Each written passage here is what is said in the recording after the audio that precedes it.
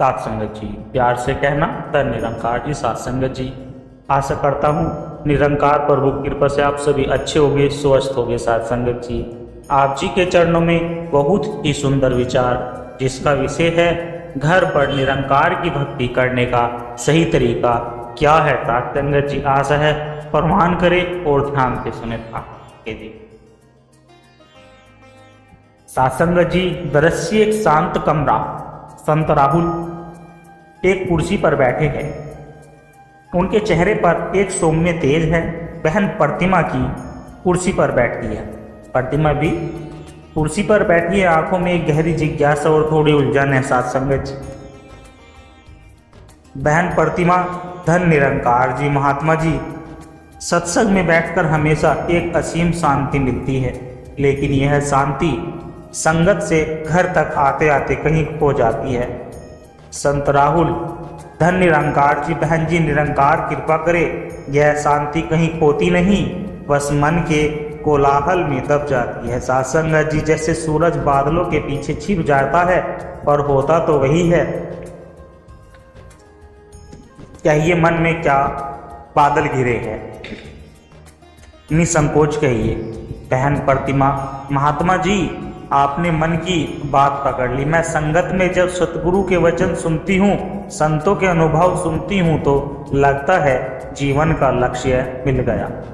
पर जैसे ही घर की दहलीज पर कदम रखती हूँ, वही दुनिया, वही जिम्मेदारियाँ, बच्चों की चिंता, घर के काम, पति की अपेक्षाएं, इन सब के बीच वह भाव, भक्ति का भाव, वह निरंकार का एहसास कब काफूर हो जाता है पता ही नहीं चलता।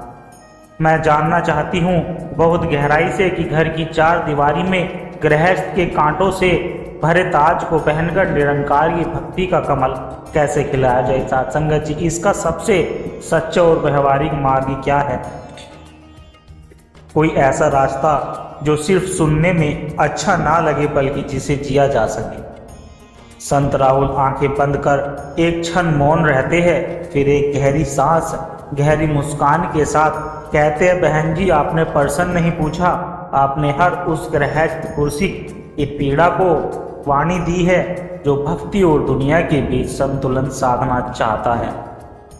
और विश्वास मानिए, सतगुरु हमें जंगल में जाकर साधु बनने को नहीं कहते, वे तो हमें गृहस्थ में रहकर ही संत जैसा जीवन जीने की कला सिखाते हैं।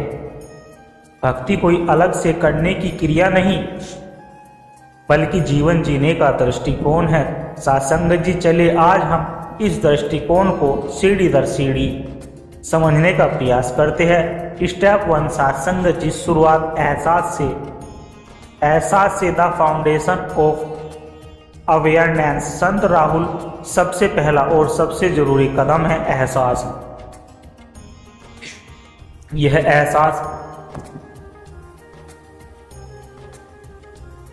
एहसास कि निरंकार मुझसे अलग या दूर कहीं आसमान में नहीं, यह हर पल हर श्वास में मेरे साथ है, मेरे अंग संग है। जैसे हमें यह याद नहीं रखना पड़ता कि हमें सांस लेनी है, वह तो स्वतः ही चलती रहती है, ठीक वैसे ही निरंकार का साथ एक सच्चाई है। साथ संगत जी, बस हमें इसका एहसास जगाना है। बहन प्रतिमा, महात्मा जी, यह एहसास जगाए कैसे रखे? मन तो बड़ा चंचल है, तुरंत भूल जाता है। संत राहुल, मैं तुम्हें एक बहुत सुंदर प्रसंग सुनाता हूँ। ऋषि सुखदेव जी को जब ब्रह्म ज्ञान की इच्छा हुई, तो उनके पिता ने उन्हें राजा जनक के पास भेजा। सुखदेव जी को आश्चर्य हुआ कि एक राजा जो राजपाट, महल और दुनियादारी में लिप्त है, वह मुझे क्या ज्ञान देगा। जब वे जनक के दरबार में पहुंचे, तो राजा जनक जी ने उनका आदर किया और कहा कि ऋषिवर, आपको उत्तर मिलेगा, पर पहले मेरे साथ कुछ दिन रहिए। साथ संगत जी, एक दिन जनक जी सुखदेव जी को एक भव्य कक्ष में ले गए। कक्ष के बीचों बीच एक खंबे पर एक नंगी तलवार लटक रही थी, जो एक कच्चे धागे से बंधी थी। जनक जी ने सुखदेव जी को ठीक उस तलवार के नीचे बैठा दिया। और दरबार की सारी गतिविधियां वहीं चलने लगी। सत्संग जी, नृत्य, संगीत, राजकाज की बातें, सब कुछ हो रहा था। शाम को जनक जी ने पूछा कि ऋषिवर, आज का दिन कैसा रहा? संगीत और नृत्य का आनंद लिया? सत्संग जी, सुखदेव जी ने कहा कि राजन मुझे क्षमा करे, मेरा सारा ध्यान तो उस लटकी हुई तलवार पर था कि कहीं यह धागा टूट ना जाए और मुझ पर गिर ना पड़े। मुझे न संगीत सुनाई दिया, न नृत्य दिखाई दिया। राजा जनक मुस्कुराए और बोले कि ऋषिवर, यही मेरे जीवन का रहस्य है। मैं इस राजपाट, धन दौलत और परिवार के बीच ऐसे ही रहता हूँ जैसे आप इस तलवार के नीचे बैठे थे।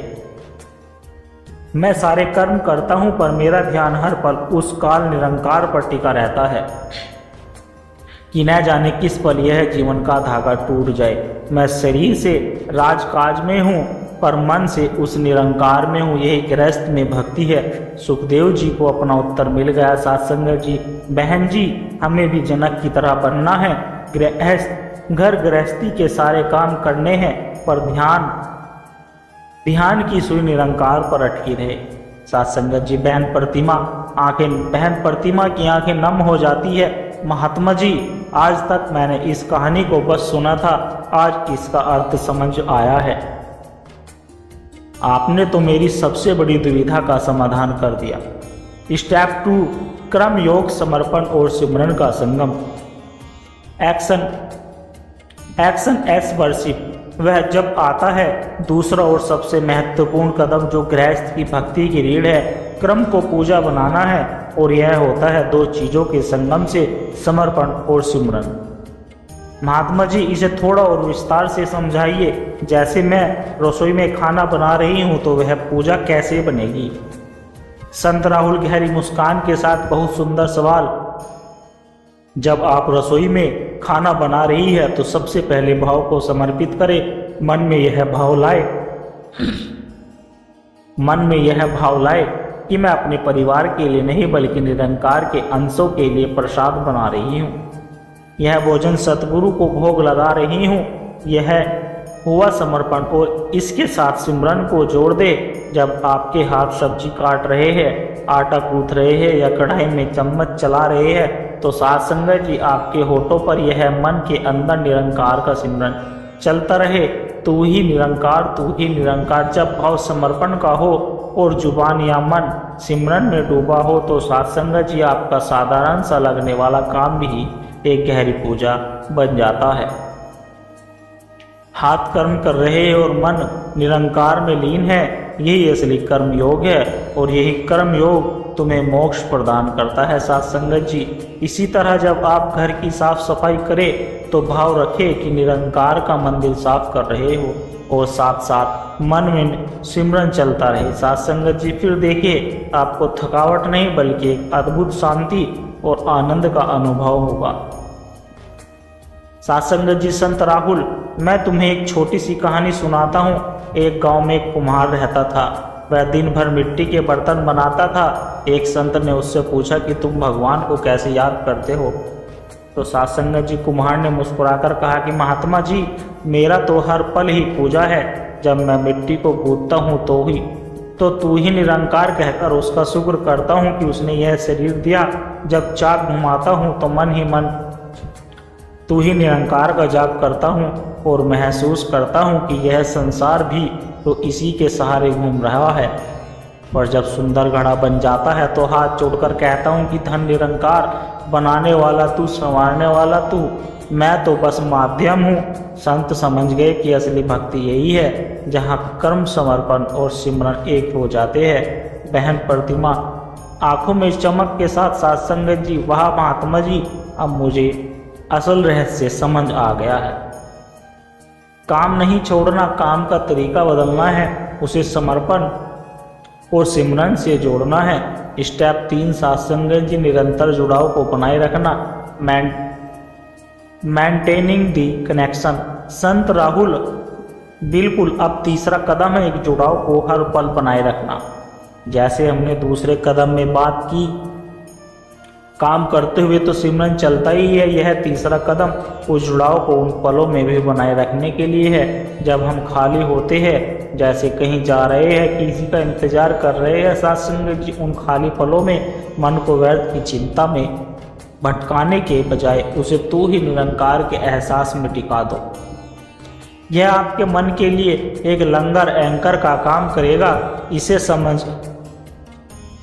इसे समझाने के लिए मैं तुम्हें एक छोटी सी पर बहुत गहरी कहानी सुनाता हूँ। साथ संगत जी, एक बार एक व्यक्ति ने बड़ी तपस्या करके एक सिद्ध महात्मा को प्रसन्न कर लिया।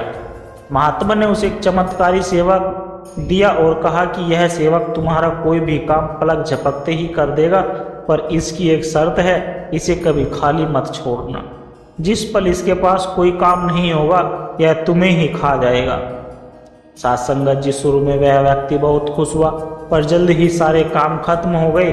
जब सेवक उसे खाने दौड़ा तो वह भागा भागा महात्मा के पास पहुंचा। महात्मा मुस्कुराए बोले कि घबराओ मत, एक ऊंचा सा बांस का खंभा गड़वा दो और जब भी सेवक खाली हो तो उसे इस कमरे पर चढ़ने उतरने का काम दे दो। व्यक्ति ने ऐसा ही किया साथ संगत जी, और उसकी जान बच गई। कहानी का सार कि संत राहुल मुस्कुराते हुए, बहन जी हमारा यह मन भी ठीक उसी सेवक की तरह है, खाली होते हुए भी हमें चिंताओं और व्यर्थ के विचारों से खाने को दौड़ता है। सतगुरु हमें इससे बचाने की युक्ति देते हैं। वह खंभा है हमारी आत्मा, हम आती जाती सांस जो हर पल हमारे साथ है, और उस पर चढ़ने उतरने का काम है सिमरन। साथ संगत जी, जैसे ही मन खाली हो उसे तुरंत अपने सांसों के खंभे पर तू ही निरंकार का सुमरण करने लगा दो। फिर यह मन आपको भटकाएगा नहीं, बल्कि हर श्वास के साथ शांत होकर आपकी आत्मिक शक्ति बन जाएगा। साथ संगत जी, बहन प्रतिमा कृतज्ञता के भाव से महात्मा जी क्या अद्भुत उदाहरण है। मन रूपी सेवक को श्वासों के खंभे पर सिमरन में लगा देना, यह युक्ति तो मैं आज से ही अपनाऊंगी। संत राहुल, अवश्य बहन जी, सतगुरु का हर वचन सरल और शक्तिशाली ही होता है। अब हम चलते हैं अगली सीढ़ी की ओर। साथ संगत जी, चौथी सीढ़ी है ऊर्जा का स्रोत, स्वाध्याय और घर की संगत। संत राहुल, अब जब मन को साधने की युक्ति मिल गई तो इसे सही दिशा में ऊर्जा देने के लिए ईंधन भी तो डालना पड़ेगा। स्टेप 4, घर में स्वाध्याय और छोटी संगत। Nourishing the mind. संत राहुल, चौथा कदम ज्ञान का पोषण। जैसे शरीर को भोजन चाहिए वैसे ही मन को सतगुरु के विचारों का भोजन चाहिए। साथ संगत जी, रोज नियम से 5-10 मिनट का समय निकालो। मिशन की कोई किताब पढ़ो, सतगुरु के प्रवचन सुनो, रात को खाने के बाद वो लंबी नहीं, बस 10 मिनट के लिए पूरे परिवार के साथ बैठकर साथ संगत जी एक भजन गा लो, या दिन के लिए शुक्राना कर लो, या फिर अच्छी सी बात अवतार वाणी या हरदेव वाणी के एक पद का व्याख्यान कर लो। यह पारिवारिक संगत आपके घर के माहौल को दिव्य ऊर्जा से भर देगी। साथ संगत जी, स्टेप 5, भक्ति का शिखर। शुक्राना, द पीक ऑफ डिवोशन, ग्रेट्यूड। संत राहुल, बहन जी, पांचवा और अंतिम कदम जो भक्ति का सार है वह है शुक्राना। हर परिस्थिति में निरंकार का धन्यवाद करने का भाव। जब मन में शिकायत की जगह शुक्राना ले लेता है तो भक्ति अपने आप के चरण पर पहुंच जाती है। फिर आपको यह पूछने की जरूरत नहीं पड़ेगी कि भक्ति कैसे करे, क्योंकि आपका पूरा जीवन ही भक्ति में हो जाएगा। साथ संगत जी, बहन प्रतिभा हाथ जोड़कर भावुक स्वर में कि महात्मा जी, आज आपने मेरे सबसे बड़े उलझन को सुलझा दिया है। मैं समझ गई कि भक्ति कुछ अलग नहीं बल्कि जीवन जीने की कला है। एहसास, समर्पण के साथ सिमरन, निरंतर जुड़ाव, स्वाध्याय और शुक्राना, यह 5 कदम मैं आज से ही अपने जीवन में उतारूंगी और अपने हर काम को पूजा बनाऊंगी। आपका बहुत बहुत धन्यवाद। साथ संगत जी, संत राहुल, सब पर निरंकार की कृपा है बहन जी, बस चलते रहो, सतगुरु हाथ पकड़कर मंजिल तक ले ही जाएंगे। साथ संगत जी, प्यार से कहना धन निरंकार की। साथ संगत जी, आशा करता हूँ ताश के द्वारा कहे विचार आप सभी संतों को अच्छे जरूर लगे होंगे। अगर अच्छे लगे हो साथ संगत जी वीडियो को लाइक करें, शेयर करें, कमेंट बॉक्स में धन निरंकार जी लिखकर साथ संगत जी अपने विचार साझा जरूर करें और दास की चैनल को भी सब्सक्राइब जरूर कर ले और दास को आशीर्वाद देंगे हर रोज आप जी के चरणों में ऐसे ही सुंदर सुंदर प्रेरणादायक कहानी विचार लेकर आता रहूं। साथ संगत जी प्यार से कहना धन निरंकार जी।